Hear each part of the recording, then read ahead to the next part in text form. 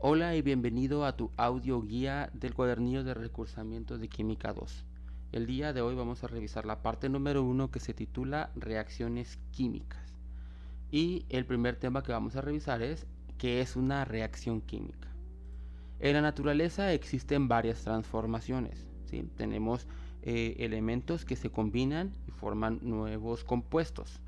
Sin embargo, nosotros podemos describir ese proceso en papel, ¿sí? A través de algo que se llama ecuación química.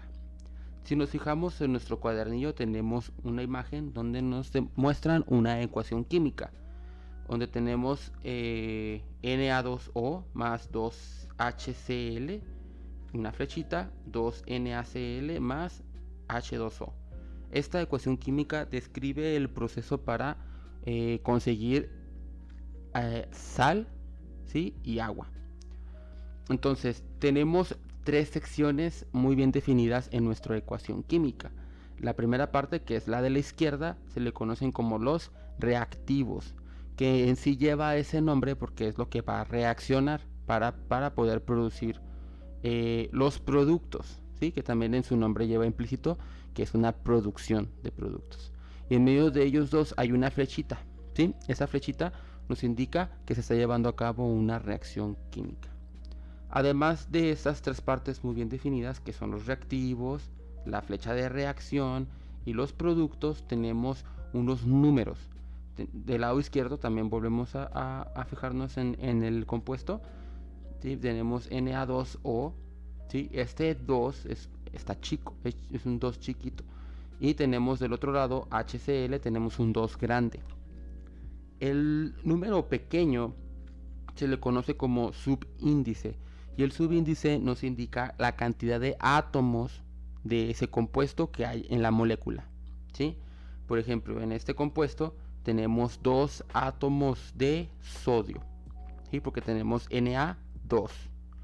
El número grande se le conoce como coeficiente y nos indica la cantidad de moléculas que hay en la reacción y también la cantidad de moles, pero eso lo vamos a ver más adelante. La cantidad de moléculas que hay en esa reacción, ¿sí? Que se necesitan.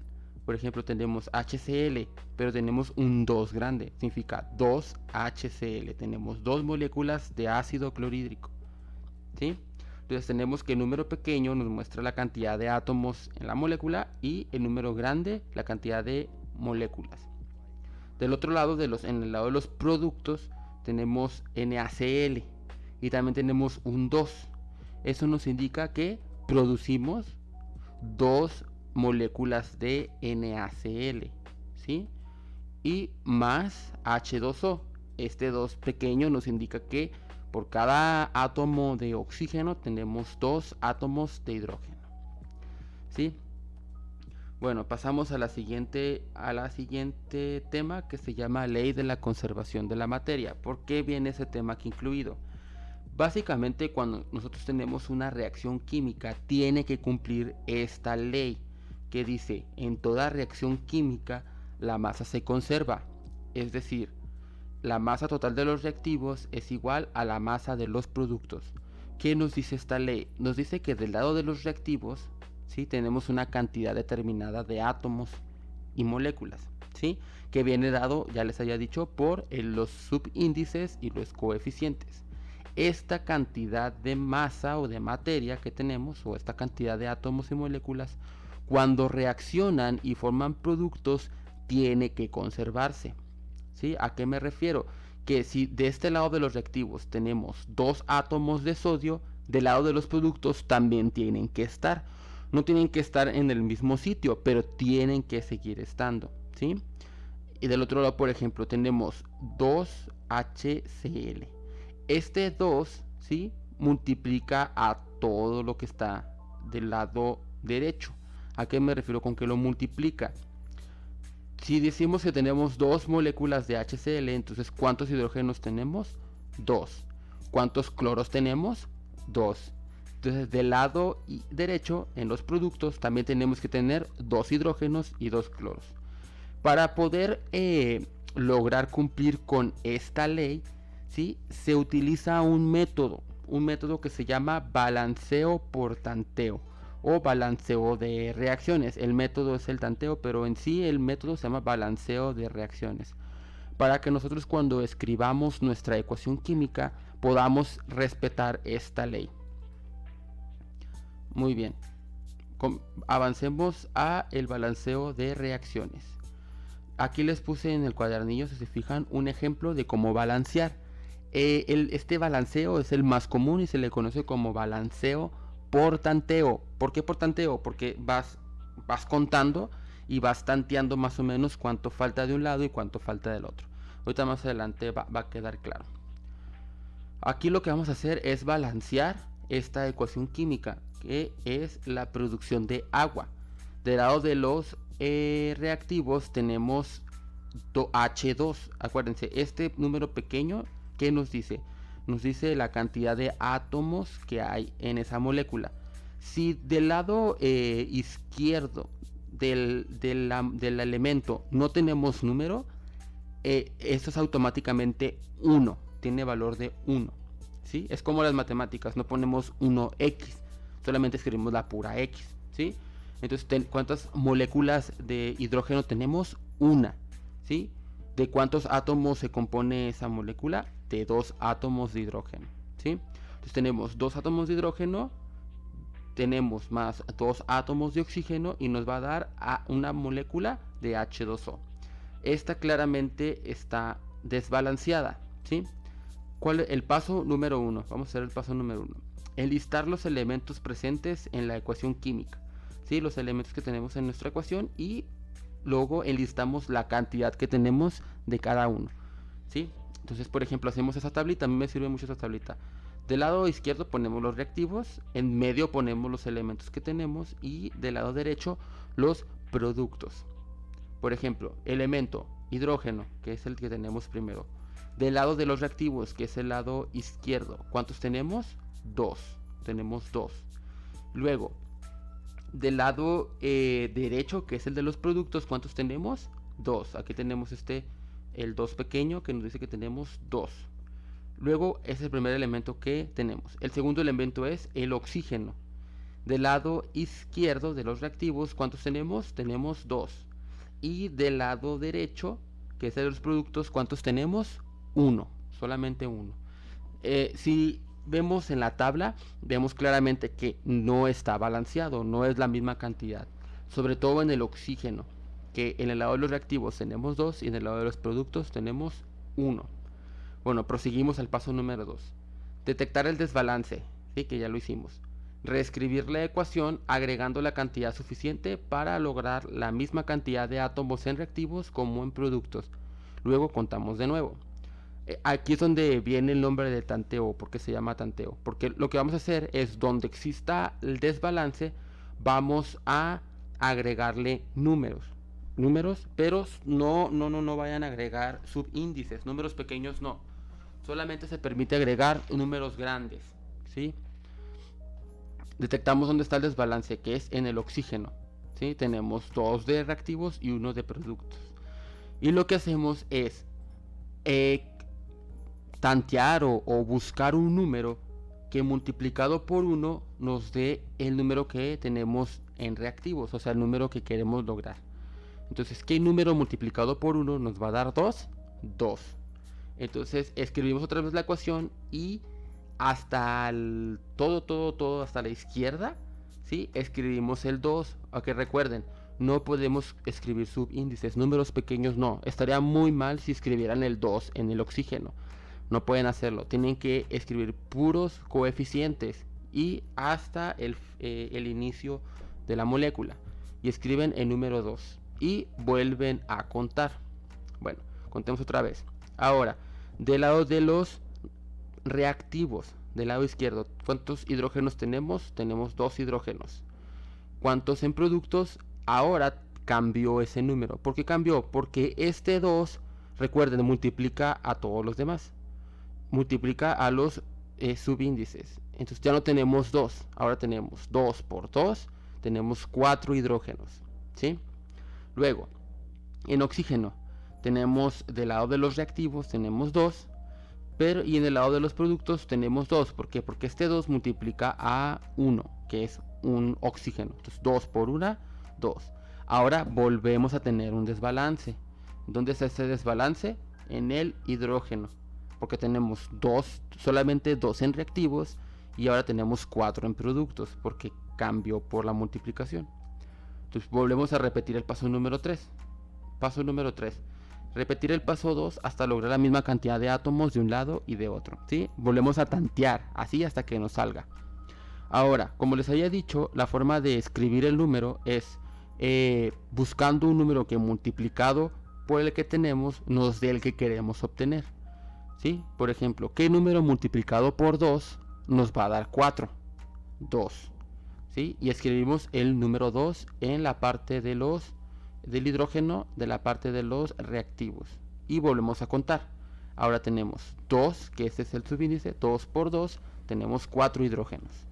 Ahora del lado de los productos, ¿sí? Del lado derecho tenemos 2 por 2, 4 hidrógenos, más oxígenos. Tenemos del lado de los reactivos tenemos 2, ¿sí? Y del lado de los productos tenemos 2 por 1, 2. Si se fijan aquí, ya está balanceado porque tenemos la misma cantidad de reactivos que la misma cantidad de productos. Y hasta ahí se termina el método. Ahora, como ejercicio número 1 van a balancear las siguientes ecuaciones químicas. Esas 5 ecuaciones. Ahora, una nota muy importante. Ustedes se van a encontrar fórmulas o ecuaciones químicas donde van a tener paréntesis. Ese paréntesis nos indica la cantidad de moléculas. Bueno, es que esas moléculas que están entre paréntesis se les conoce como radicales. Sí, como radicales. Así las vamos a conocer. Y son como moléculas que están aparte, pero que están dentro de la misma estructura. Por ende se separan. Sin embargo, no se me confundan. Aquí el truco es que el número que está por fuera del paréntesis multiplica a todo lo que está dentro del paréntesis, pero solamente dentro del paréntesis. Por ejemplo, en esta molécula Ni2CO3 paréntesis 3. En esta molécula el 3 que está fuera del paréntesis va a multiplicar únicamente al C y al O, al carbono y al oxígeno, solamente a ellos. No, al níquel no lo va a tocar, al Ni ese no va a multiplicar. Por ende, tenemos la cantidad real o la cantidad que tenemos de esa molécula es 2 níquel, o sea, níquel es igual a 2. Como ese 3 multiplica lo que está dentro, 3 por 1, tenemos 3 carbonos. Y como multiplica, tenemos 3 por 3 y tenemos 9. ¿Sí? 9 oxígenos. ¿Sí? Hay que tener mucho cuidado con esa con ese número. Ahora, si yo le pongo un coeficiente, obviamente también se va a multiplicar todo. ¿Sí? Hay que tener mucho cuidado. Bueno, hasta aquí dejamos este tema y continuamos más adelante. Bueno, continuemos con el siguiente tema. El siguiente tema se titula equilibrio químico. Como habíamos visto en el tema anterior, existen las reacciones químicas y vimos que estas reacciones químicas tenían una flechita que indicaba que de los reactivos esos reaccionaban para formar productos. Sin embargo, existen diferentes tipos de reacciones, principalmente dos, que es las que vamos a revisar. La primera se conoce como reacción irreversible, que podría decirse que son las más comunes de la naturaleza. Dice así: son aquellas reacciones donde los reactivos se convierten en productos permanentemente, o sea que los reactivos no pueden volver a su forma original. Bueno, las reacciones irreversibles son aquellas donde los reactivos, cuando reaccionan, ¿sí? Válgase la redundancia, se transforman en productos de forma permanente. ¿A qué se refiere con permanente? Que lo que se transforme ya no puede volver hacia atrás, ya no puede volver a ser los reactivos que en un principio fueron. ¿Sí? Existen varias reacciones químicas donde ya no se puede volver atrás y eso se conocen como reacciones irreversibles. Un ejemplo que tenemos aquí en el cuadernillo es la oxidación del hierro, que lo vemos de forma muy común en todos lados. Dice aquí, figura número 1, la oxidación del metal es una reacción irreversible. ¿Sí? La reacción de oxidación es la siguiente. Y nos ponen aquí la ecuación química. Tenemos sulfato de cobre más hierro. ¿Sí? Nos va a dar sulfato de cobre más cobre. ¿Sí? Que es una transformación. Y una vez que obtenemos esa transformación, ya no puede volver hacia atrás. Ya no puede volver a ser sulfato de cobre ni hierro. ¿Sí? Ahora, la segunda tipo de ecuación se le conoce como reacción reversible. Son aquellas reacciones donde los productos obtenidos en una reacción pueden reconvertirse en reactivos. Así como en la primera parte vimos que las reacciones irreversibles eran aquellas donde los reactivos, ¿sí?, se transformaban en productos y estos productos no podían volverse reactivos, en las reacciones reversibles es lo contrario. Aquí los productos pueden volver a ser lo que eran antes, ¿sí?, a los reactivos. Y aquí en la figura vemos una reacción química para la obtención de yoduro de hidrógeno. ¿Sí? Tenemos aquí como dos capsulitas donde se está produciendo yoduro de hidrógeno. Y aquí abajo viene una nota que dice: la ecuación para producir yoduro de hidrógeno es la siguiente. Hidrógeno más yodo nos da yoduro de hidrógeno, perdón. Si este yoduro, si este producto, ¿sí?, lo mantenemos en un recipiente cerrado, como viene en la fotografía, a 443 grados durante 3 horas, va a descomponerse y va a volver a ser hidrógeno y yodo otra vez, ¿sí? Se produce una reacción reversible. Ahora, cuando descomponemos todo ese yoduro de hidrógeno y lo dejamos quieto, ¿sí?, este hidrógeno y este yodo que se obtuvo pueden reaccionar otra vez y pueden formar yoduro de hidrógeno otra vez. Y si lo vamos a dejar en esas condiciones que nos vienen en el ejemplo, va a volver a ser hidrógeno y yodo otra vez. O sea que es como si fuera una cadena de nunca acabar. Eso es una ecuación reversible. Ahora dice aquí, por ende, la reacción es reversible y se escribe con doble flechita, ¿sí? Ahí hay unas flechitas que apuntan de los reactivos a los productos y otra de los productos a los reactivos, ¿sí? Esa es doble flecha y significa que es una reacción reversible. Bueno, y como ejercicio número 2 van a ustedes a escribir cuáles de los siguientes procesos que vienen aquí escritos son reversibles y cuáles son irreversibles. Muy bien, tenemos entonces que vimos lo que son las reacciones químicas, la ley de la conservación de la materia, cómo balancear las ecuaciones químicas, ¿sí?, y lo que es una reacción reversible y una irreversible, ¿sí? Con eso damos por terminado la parte número 1.